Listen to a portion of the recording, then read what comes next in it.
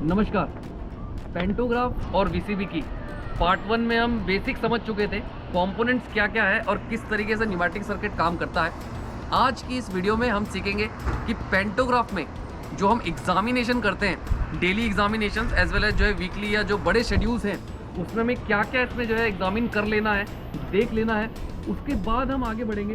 ये जो हमारे वीसीबीज होते हैं, जो इंसुलेशन, जो ये इलेक्ट्रिकल सिस्टम का जो फ्लो रहता है वो कैसे काम करता है, उसे हम आगे चल के सीखेंगे। तो पहले हम देख लेते हैं कि पेंटोग्राफ में हमें क्या क्या एग्जामिन करना है। सबसे पहले और सबसे ज़रूरी चीज़ जो हमारी इस पेंटोग्राफ के पेन हेड पे लगी है वो है हमारी ये कार्बन स्ट्रिप्स, जैसे कलेक्टर स्ट्रिप्स भी हम बोल रहे थे। तो इसमें सबसे पहले आपको देख लेना है कि इसकी पूरी लेंथ पे कहीं भी कोई क्रैक्स ना हो, कोई फिजिकल डैमेज ना हो। दोनों ही स्ट्रिप्स में ही आपको चेक कर लेना है। इसके अलावा जो इसकी मिनिमम थिकनेस है, जो परमिसिबल है, वो आपको देख लेनी है। 28 mm इसका जो है कंडम लिमिट पे जो है ये इसका मान लिया जाता है और उस कंडीशन में आने पे आपको जो है इसको चेंज कर लेना है।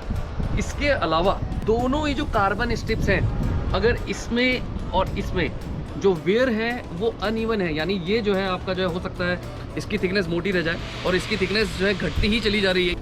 अगर अनइवन वेयर इसमें हो रहा है तो ये जो पैरेलल गाइड हम आपको जो है पैरेलल रॉड यहाँ पर से दिखाई थी, इस पे नीचे पे जो है यहाँ पे नट रहता है, एडजस्टिंग इस पे जो है नट रहता है। तो उससे इसकी लेंथ को आप एडजस्ट करके जो इसकी जो बिल्कुल हॉरिजॉन्टल जो है टच ये वायर को करना चाहिए, उसको जो है हम एडजस्ट कर लेंगे। जो इसकी जो एंगल है, जो डिग्रीज है, इसको जो है हम एडजस्ट कर लेंगे। इसके अलावा जो पिछले वीडियो में आपको बताया था, ये जो शंट्स होते हैं, जो शंट्स वायर होती है जो कि बियरिंग को डायरेक्टली बाईपास करने के लिए होती है, इस पे जितनी भी ये शंट्स हैं, चाहे उस बेयरिंग पे हो चाहे उसके नीचे हो, इसकी कंडीशन हमने एग्जामिन कर लेनी है। और इसके जो वायर्स होती हैं, जो ब्रेड्स होती है, उसमें 5% से कम जो है जो वायर्स हैं उसके कट होने चाहिए। इसमें कंडेमनेशन लिमिट ये दे रखी है कि अगर ये जो वायर्स हैं हमारी, इसमें 5% वायर भी अगर टूट जाती हैं तो आपको इसको रिप्लेस कर लेना है।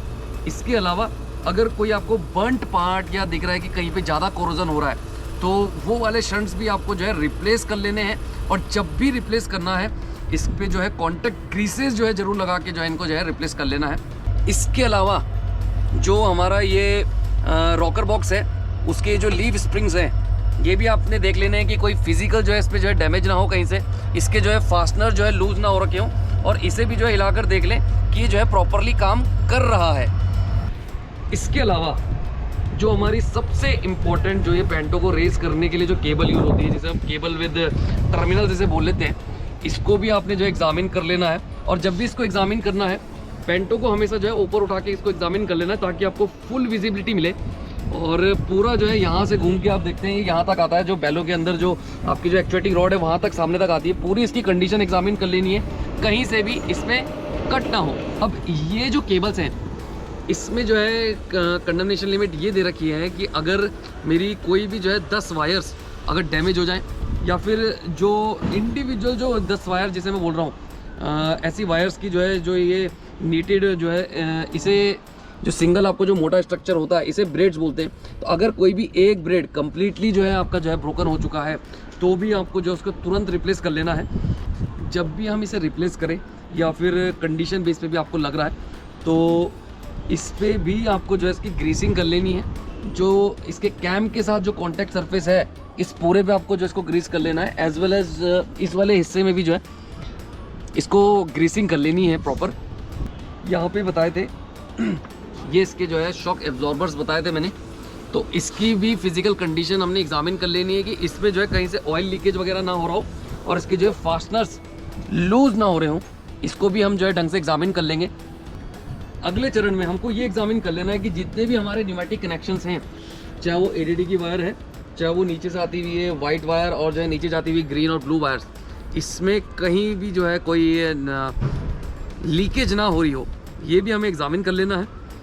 अगले चरण में जो 3 हमारे सबसे इम्पोर्टेंट कार्य हैं पेंटोग्राफ में जो हमें एडजस्ट करना है, वो है हमारे सबसे पहले जो कॉन्टैक्ट फोर्स है इसका, जो ये OHE जो है वायर पे इसका कॉन्टैक्ट फोर्स है, उसको जो है कैसे एडजस्ट करना है और कितना वो रहना चाहिए। देखिए जो कॉन्टैक्ट फोर्स है वो 80 न्यूटन्स ±5 न्यूटन्स उसकी टॉलरेंस दी हुई है। तो उसको जो है मेज़र करने के लिए एक स्प्रिंग बैलेंस आप यूज़ कर सकते हैं। इसकी जो ये सेंटर में एपेक्स ट्यूब इसमें दे रखी रहती है, इस पर हम जो है लगा लेंगे और उसको जो है मेज़र कर लेंगे जो है कि कितना हमारा कॉन्टैक्ट फोर्स आ रहा है। और कॉन्टैक्ट फोर्स अगर बढ़ाने की ज़रूरत है प्रेशर को नीचे से, तो नीचे से मैंने आपको कंट्रोल सर्किट में इसका दिखाया था, जो न्यूमेटिक कंट्रोल जो हमारी पूरी यूनिट थी, जो ECC पैनल के अंदर थी, पिछले वीडियो में हमने दिखा दिया था। उसके अंदर एक PRV होती है, उससे आप प्रेशर बढ़ा दीजिए अगर कॉन्टैक्ट फोर्स कम आ रहा है, और अगर कॉन्टैक्ट फोर्स ज़्यादा आ रहा है तो वहाँ से हम प्रेशर जो है घटा देंगे। तो अल्टीमेटली जो हमें जो कॉन्टैक्ट फोर्स है उसको 80 न्यूटन्स प्लस माइनस 5 न्यूटन की हमारे पास टॉलरेंस उसमें जो है अवेलेबल है। तो जब भी कोई भी पार्ट आप इस पर रिप्लेस करें तो हमेशा जो है कॉन्टैक्ट फोर्स को जरूर एडजस्ट कर लें, और वीकली जो एग्जामिनेशन के दौरान भी कॉन्टैक्ट फोर्स एग्जामिन कर लें। अब हम इसका कॉन्टैक्ट फोर्स मेज़र कर लेंगे। स्प्रिंग मैंने इसको यहाँ पे अटका दिया है और मैं इसे जो है ऑन कर लूँगा, और उसके बाद हम इसे जो है नीचे से खींच लेंगे। थोड़ी देर के बाद ये स्टेबल हो जाएगा और अपनी जो है रीडिंग आपको यहाँ पे शो कर देगा कि कितने जो है केजीज पे। लेकिन इसमें यूनिट का आपको ख्याल रखना पड़ेगा कि किस यूनिट में मेज़र कर रहा है। थोड़ी देर बाद स्टेबल होने के बाद आपको पता है ये अपनी रीडिंग को जो है लॉक कर लेता है। अब अगर चाहे मैं इसके ऊपर से जो है इसको हटा भी दूँ तो ये रीडिंग इसमें लॉक रहेगी।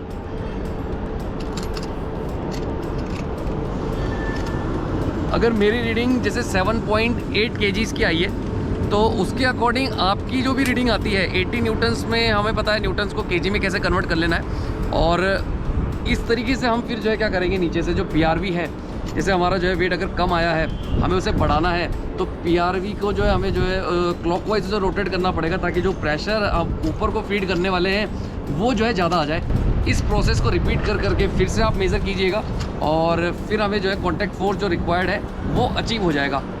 तो कॉन्टैक्ट फोर्स एडजस्ट करने का सबसे पहला तरीका है PRV से प्रेशर जो है बढ़ाकर या घटाकर, जो बेलो का सप्लाइड प्रेशर है उसको बढ़ाकर या घटाकर इसके कॉन्टैक्ट फोर्स को एडजस्ट किया जा सकता है। लेकिन कभी कभी क्या होता है कि वहाँ से करने के बावजूद भी जो है contact force through out the range जो है सही नहीं आ पाता है। हो सकता है वो मिडल में जो है बिल्कुल सही आ जाए, लेकिन टॉप मोस्ट पार्ट पे जो है आप उसे मेज़र करेंगे या फिर जो है छोटी हाइट पे भी इसको मेज़र करेंगे तो हो सकता है वो उस समय सही ना आए। तो उसका जो नेक्स्ट तरीका होता है, ये जो कैम्स होती हैं, कैम्स की जो पोजीशन है इसके फास्टनर से इसकी जो कैम की पोजीशंस हैं उसको थोड़ा सा जो है घुमाकर इसके फोर्स को हम एडजस्ट कर सकते हैं। अगर यहाँ से भी अचीव नहीं कर पा रहे हैं तो थ्रू आउट द रेंज है।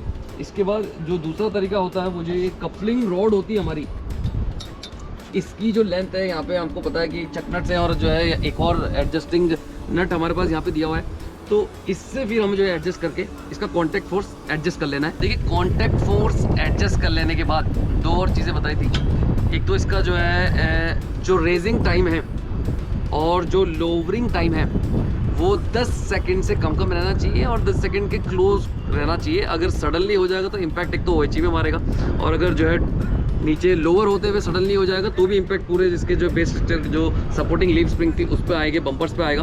तो हम नहीं चाहते कि सडनली हो। थ्रॉटल जो है हमने न्यूमेटिक इसके सर्किट में दे रखी है। केवल एक स्टॉप वॉच आप रख लीजिए, या फिर फ़ोन में भी आजकल स्टॉप वॉच रहती है, स्टॉप वॉच चालू कर लीजिए। नीचे मास्टर कैप में जो है अपने दूसरे स्टाफ से बोलकर इस पैंटो को जो है रेस की कमांड दिलवाइए, और जब पैंटो यहाँ पे जो है रेस करना चालू करेगा तब से अपना जो है स्टॉप वॉच चालू करेंगे, और जब तक ये इसको टच करता है वो टाइम हम नोट कर लेंगे। इससे हमारे पेंटोग्राफ के लिए ये जो है 8 सेकंड आ जाता है। और वैसे ही उसी तरीके से जो है पेंटो लोवरिंग की जो है कमांड दे लेंगे। जैसे ही पेंटो ऊपर से नीचे गिरना शुरू होगा वो टाइम आपने नोट कर लेना है।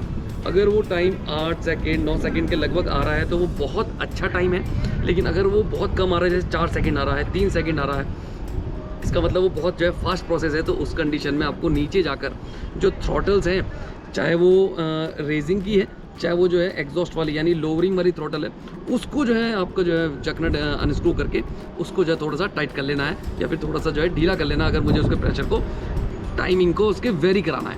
हम अपना रेजिंग का टाइम ले लेते हैं। स्टॉप वॉच मैंने अपने फ़ोन में खोल दी है। जैसे ही उठना शुरू होगा मैं स्टॉप वॉच अपनी चालू कर दूँगा।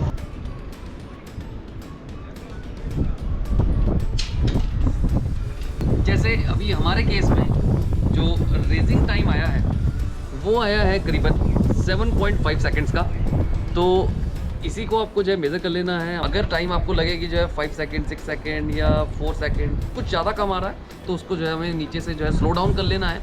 उसकी जो चकनट है उसको लूज़ करके जो इसके थ्रॉटल वॉल मैंने आपको दिखाई है, इसी तरह हम इसका लोवरिंग का टाइम भी जो है मेज़र कर लेंगे अपनी स्टॉप वॉच में। और उसमें भी अगर जो है वो 8 सेकेंड मतलब 10 सेकेंड से कम नहीं अगर है तो उसको हम एडजस्ट कर लेंगे।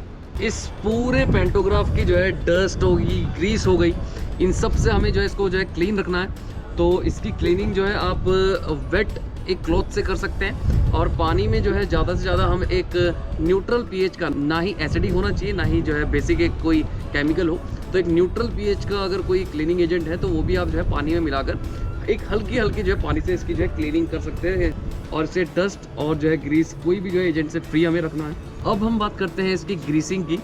तो सबसे पहले जो ग्रीस है ऑटल टॉप का, उसको हमें यूज़ कर लेना है। जो केबल्स है हमारी, केबल और कैम्स की जो कॉन्टेक्ट सर्फेसेस है वहाँ पे, एज वेल एज जो नीचे बैलो से जो ये एक्चुएटिंग रॉड यहाँ पे निकल रही थी, केबल के जो कॉन्टेक्ट सर्फेसेस है उसके साथ, वहाँ पे हमें जो है ग्रीस का यूज़ कर लेना है, ऑटल टॉप का यूज़ कर लेना है।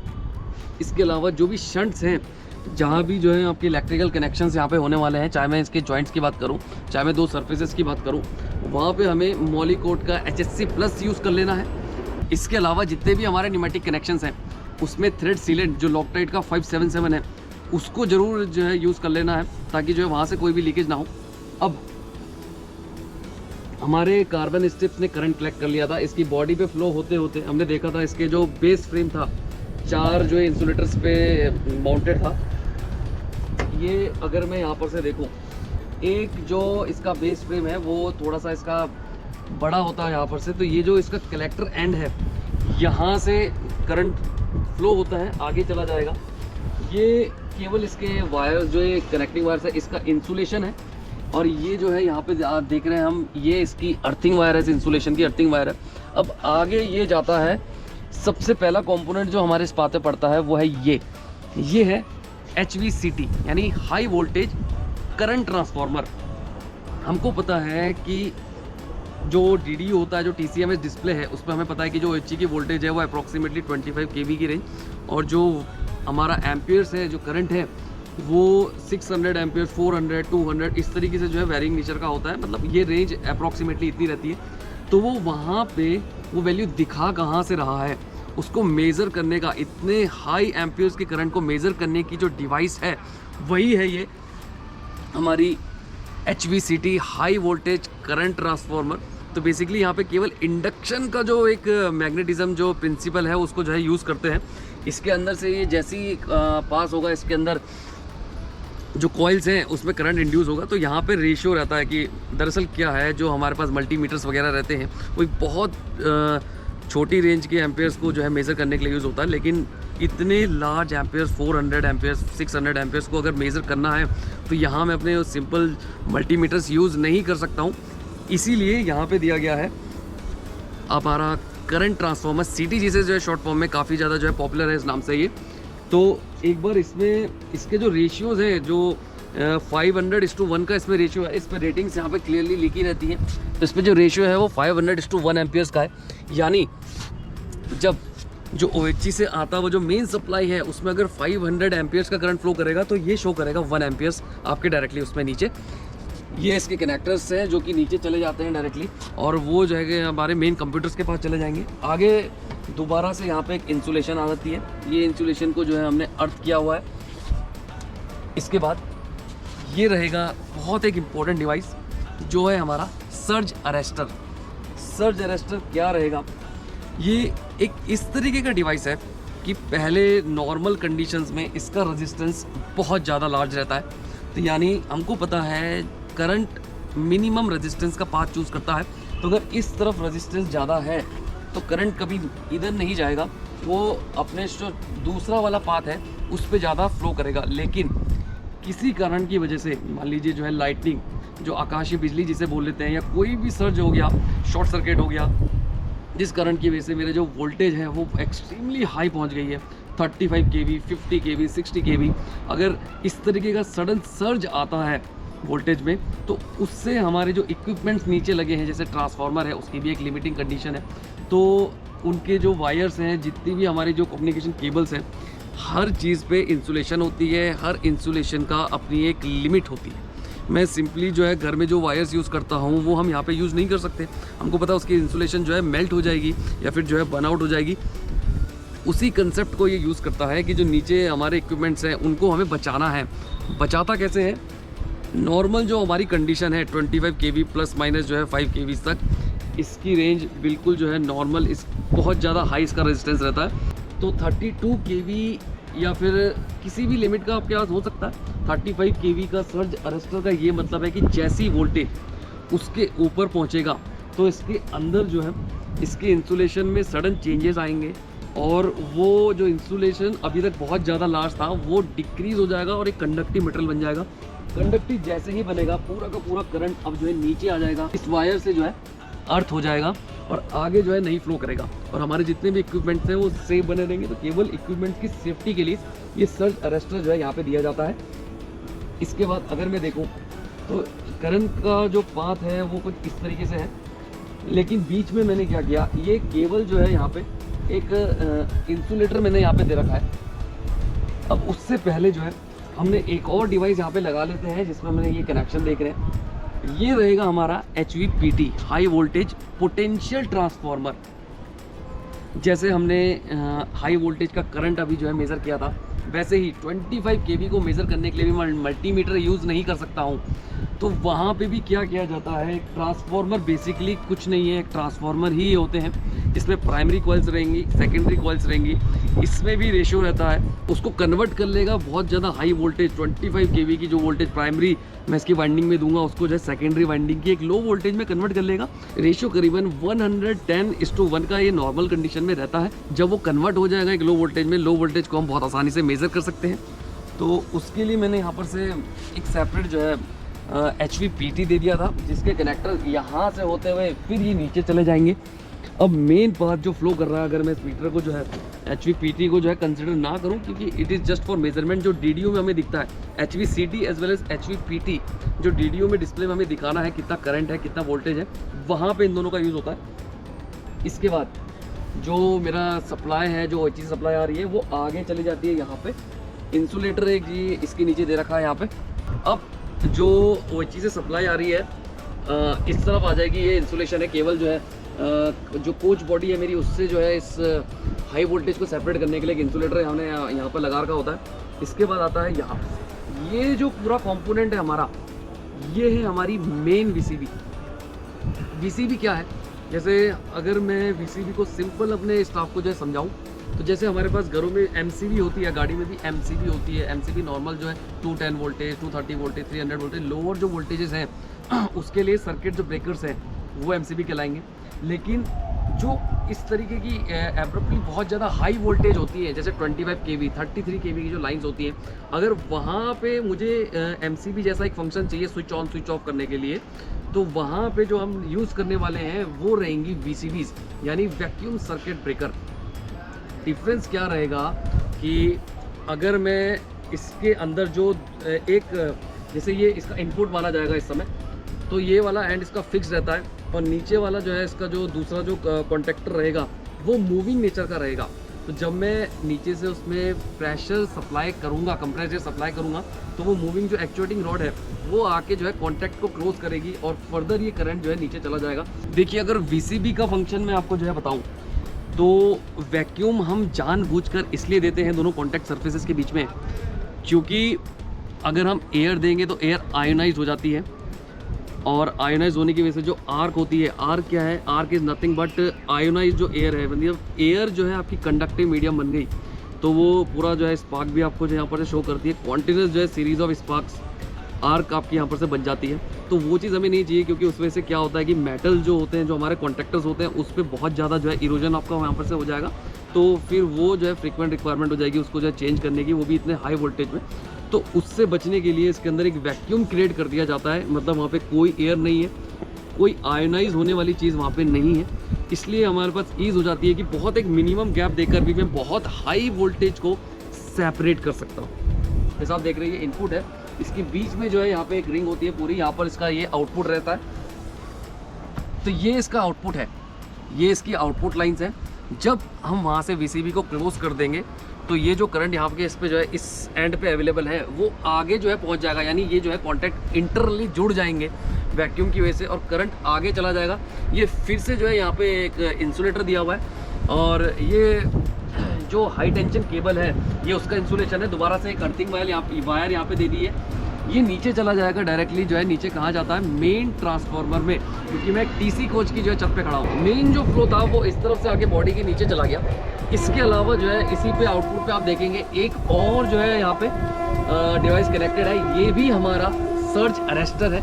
और सर्ज अरेस्टर इसका भी काम सेम टू सेम रहेगा कि अगर सडनली सर्ज होता है तो अपने इंसुलेशन को बिल्कुल जो है डैमेज करके एक गुड कंडक्टर जो है बन जाना, और सारे जो करंट है, सारी जो वोल्टेज है उसको जो है इस अर्थिंग वायर से के थ्रू अर्थ कर देना। मेन जो वीसीबी है उसके बगल में हम यहाँ पे देखेंगे ये रहेगा अर्थिंग स्विच, जिसको मैनुअली हम जो है ईसीसी कैबिन के अंदर से ऑपरेट करा के इसको, जब ये इस तरीके से रोटेट हो जाएगा तो पूरा जो वीसीबी है, इसके अलावा जो यहाँ पे जितना भी स्टैटिक चार्ज रहेगा उसको मैं ग्राउंड कर देता हूँ, तभी जाकर हम जो है इसके रूफ पे जो है चढ़ पाएंगे।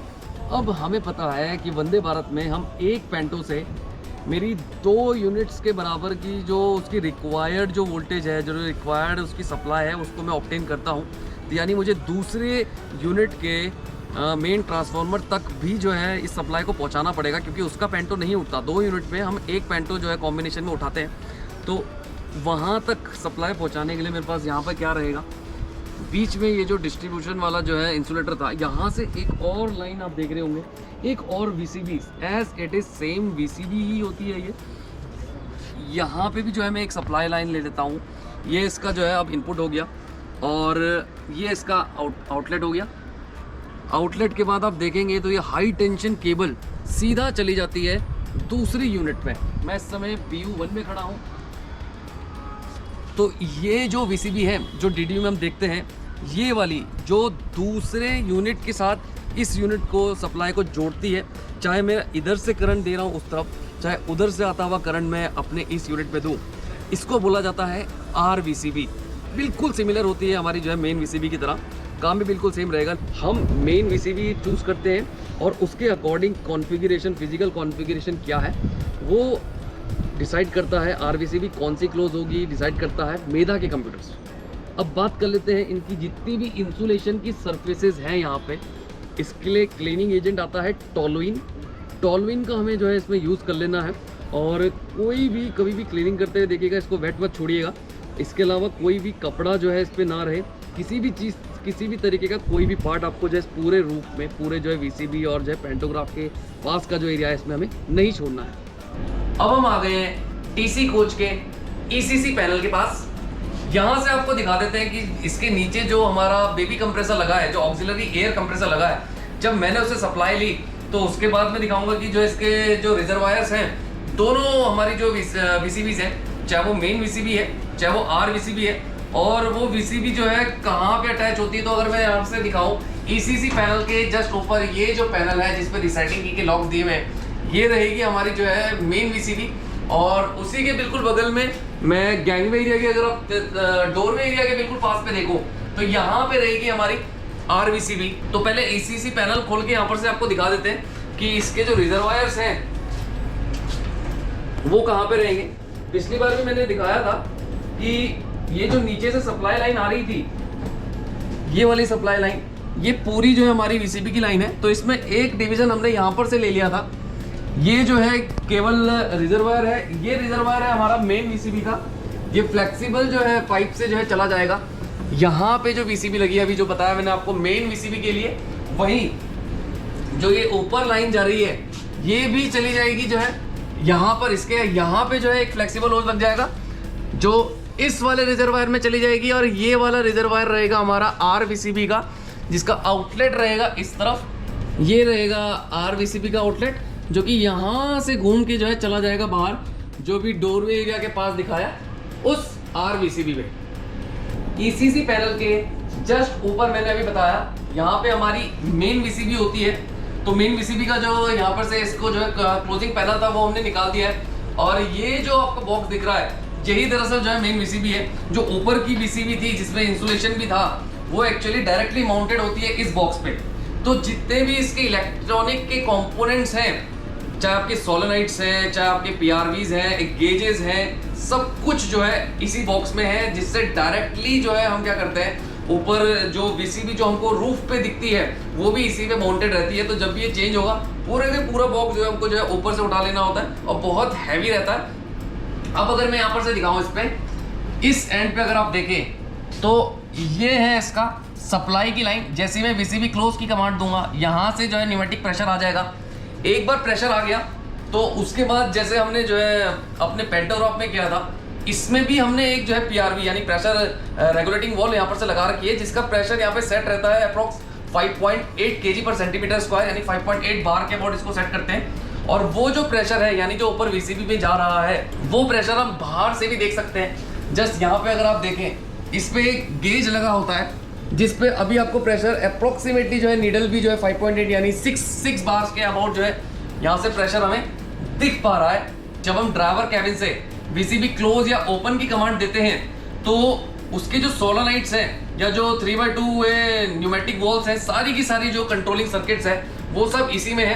तो इस पे मुझे पहुंचाने के लिए जो है इलेक्ट्रिकल कनेक्टर्स भी होने चाहिए। तो जस्ट उसी लाइन के बगल में आप देखेंगे कि यहाँ पर से उसके जो है इलेक्ट्रिकल कनेक्टर्स हैं और यहीं से जो है इस पे जो है कंट्रोलिंग फीड जो है मैं यहाँ पर से दे पाता हूँ। अब इस हमने जो इसको प्रेशर PRV जो है ऊपर सप्लाई के लिए दी है नॉर्मल कंडीशन में, वो है 5.8 बार। इसके अंदर एक प्रेशर स्विच होता है जो कि सेफ्टी पर्पस के लिए दिया गया है।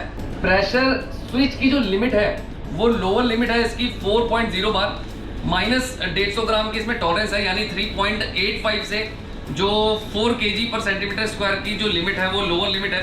यानी इसमें एक सेफ्टी फीचर दिया हुआ है कि अगर बेबी कंप्रेसर का प्रेशर इससे बिलो फॉल कर जाता है तो VCB हमारी ऑटोमेटिकली ओपन हो जाएगी। और इलेक्ट्रिकल भाषा में अगर मैं बोलूँ तो ओपन का मतलब है कि कांटेक्ट मेरा टूट जाएगा, इलेक्ट्रिकल सप्लाई मुझे नीचे हमारे कोचेज में जो है मेन ट्रांसफार्मर में नहीं मिलेगी। यानी और इसकी जो अपर लिमिट है वो है 4.6 बार और उस पर प्लस 150 kg पर सेंटीमीटर स्क्वायर का 0.150 kg पर सेंटीमीटर स्क्वायर का इन्होंने टॉलरेंस दी हुई है, यानी 4.750 बार का जो है प्रेशर। तो ऊपर की जो इसकी लिमिटिंग रेंज है प्रेशर गवर्नर की वो है अबाउट 4.6 और 4.75 kg पर सेंटीमीटर स्क्वायर।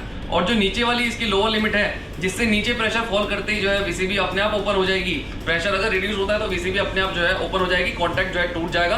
तो वो है हमारी 3.85 से अबाउट 4 kg पर सेंटीमीटर स्क्वायर का।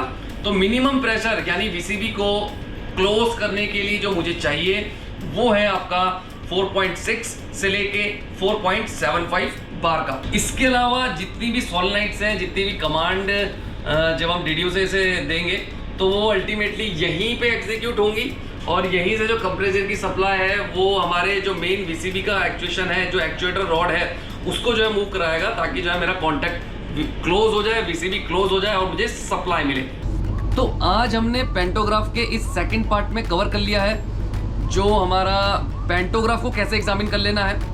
ग्रीसेस मैंने आपको बताई जो है अलग अलग जो ग्रीसेस है कौन सी कंपनीज की हमें यूज़ कर लेनी है, कहाँ पे कौन सी किस टाइप की ग्रीस यूज़ करनी है, कंडेमनेशन कैसे करना है, चाहे वो कार्बन स्ट्रिप का है, चाहे वो शंट्स का है, चाहे वो जो है हमारी केबल भी टर्मिनल्स का है, उस पर क्या क्या पार्ट हमें देख लेने हैं। इसके बाद हमने जो इलेक्ट्रिकल जो कनेक्शन जाता है VCB का, सर्ज अरेस्टर, इंसुलेशन जहाँ पे कैसे कैसे लगी रहती है, RVCB, मेन VCB, उनके जो है काम और वो उनकी जो ऑपरेशन है, जो क्लोजिंग वगैरह है हम कर रहे हैं या सिस्टम जो है ऑलरेडी उसमें जो है प्रोग्राम्ड है वो किस तरीके से रहता है वो देख लिया। VCB का जो लोअर पार्ट रहता है पूरा, उसका जो कंट्रोल पैनल है, उसका जो कंट्रोल बॉक्स है वो कहाँ पे लगा रहता है वो भी हमने देख लिया, गेजेस हमने देख लिए। अगले वीडियो में हम कोशिश करेंगे जो हमारे प्लग डोर्स हैं उसको कवर करने की, उसके सोलेनॉइड्स को कवर करने की, उसके न्यूमेटिक सर्किट, उसका कंट्रोलर और जो है उसमें जो इलेक्ट्रिकल कनेक्शंस हैं किस तरीके से ऑपरेट होते हैं, एक स्टेशनरी जो है गाड़ी पे जो है कैसे ऑपरेट होंगे, एज वेल एज हम सबको पता है कि जो है 5 kmph वाला जो उसमें कोई एक रूल है वो कैसे काम करता है, उसकी सोलेनॉइड कैसे काम करती है कि डोर जो है एंड नोट में ओपन ना हो और किसी ट्रबल में फंसने पर जो ADCR होता है उसके बारे में भी हम जानकारी देंगे। तो डोर के बारे में जानकारी है अगले वीडियो में दी जाएगी। तब तक के लिए थैंक यू।